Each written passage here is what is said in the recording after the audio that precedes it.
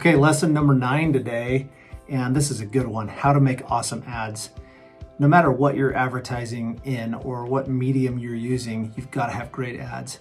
I always say it takes two things, messaging and the medium you put the messaging in. So today we're going to talk about messaging, how to make sure your ads pop. I'm going to start with things that matter for all ads, anything with a display, anything that's going to go on digital display or print, a billboard, anything like that. So first thing you have to do, here's a few key tips. Number 1, have bold, clear, and effective headlines. It's got to be quick and easy to read. You have about 2 seconds to grab people's attention, and you'll lose them after that if you don't grab their attention. Number 2, effective pictures and graphics.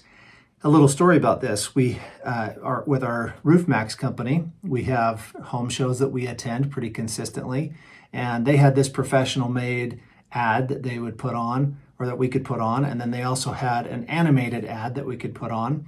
The animated ad was interesting. We could get little kids to come up and watch it. But then this last show that we did, we actually just put up a video with some music in the background of my son spraying roofs. I'd bring the drone out and record him spraying roofs, and it was just a montage of 10 or 12 different roofs that he would spray.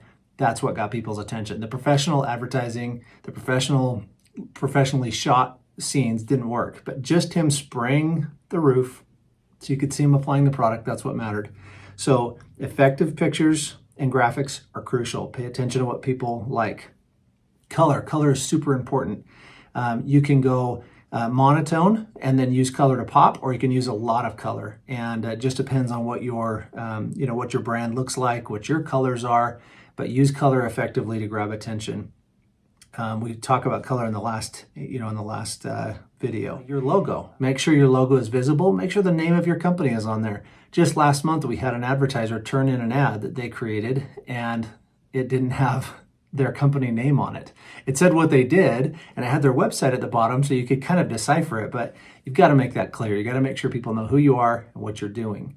So your logo needs to be, in a prominent place. Number 5, if you are using something like print, for example, or a billboard, you need some sort of contact information. I always call it the NAP, the name, address, and phone number. So in print, you have to have your name, address, and phone number in there. Same thing with a billboard. You need to have a web address or a phone number, something that people can capture quickly and then use to contact you later. Now in digital, it's much different, because most of the time, if you're doing a digital display ad, for example, you're just trying to catch somebody's attention quickly. So a great title is important, very simple and quick, and then a great image, but you don't have to have any contact information on there, because if the customer or if the potential customer is interested, they're going to click on the ad, and that will guide them to a website or a landing page where they can fill out a form or call you or interact with you however you want to interact with them, get on a chat, whatever it is. So you don't have to have nearly as much information in digital ads as you do in other forms. But in other forms of ads, you want to make sure you have a lot of contact info and do that. With digital, one of the keys is to be super simple. Your headline needs to grab attention, your logo should be there, your color should be in effect, and there should be a click-through with a landing page with all the info that they might need.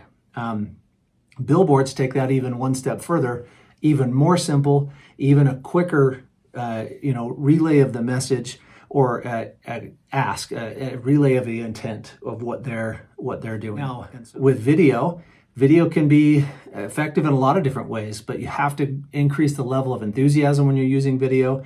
You have to make sure that things like your logo do appear in the video, and physical or visual demonstrations of the offering that you're making. And so those are great.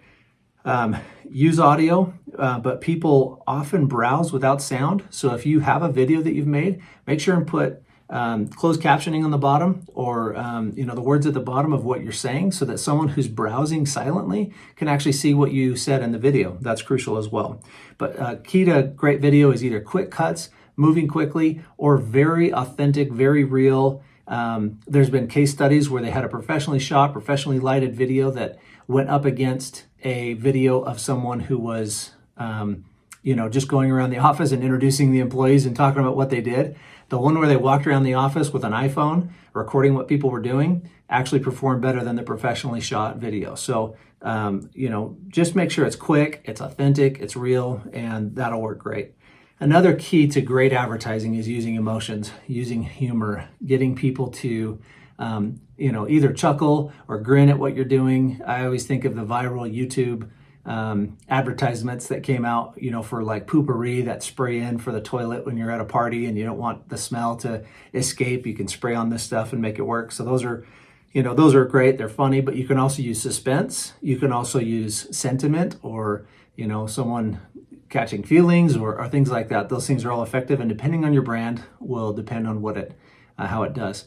Now, the big key for any of this is a call to action. A call to action is, what can customers do to connect with you? What can they do to be, put in contact with you? Why would they want to contact you? At what is the call to action? So a lot of companies will use discounting for this. That's a good and easy way to do it. But other things are, just call today, click today, visit our website and take a look, learn more. Put your email in here so we can follow up with you later, and things like that. Would you rather contact us, or would you rather we contact you? So at the close of this video, I want to talk about one key piece of information that I just came across recently.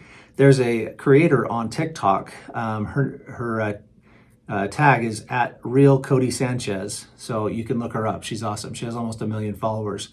She said there's a spectrum between controversy and conformity. And she said that greatness happens on the edge of controversy. And that's so true in advertising. When you can get someone to look, they say there's no such thing as bad publicity. I would say that's not true. We've seen that happen with, people being canceled and losing great fortunes of influence because of their inability to, to continue to deliver because their bad press got so terrible. Well, on the other end, though, you have on the edge of controversy is that greatness aspect. And you think about performers like Madonna, Britney Spears, Taylor Swift, and others that when they really caught on is when they were a bit controversial. Maybe not all the way into controversy, but they were a bit controversial, and it made people stop and pay attention and listen to what they were doing, or pay attention to what they were doing. Even if you weren't a fan of their music, you paid attention a little bit more, and those names became household. So when you're advertising, think about putting ads together that are on the edge of controversy. Good luck advertising out there. If you'd like more information, you can look up my book here, Marketing Playbook, get a free copy. It talks about a lot of these aspects in advertising in the book. That's at ryanspeltz.com, and good luck out there.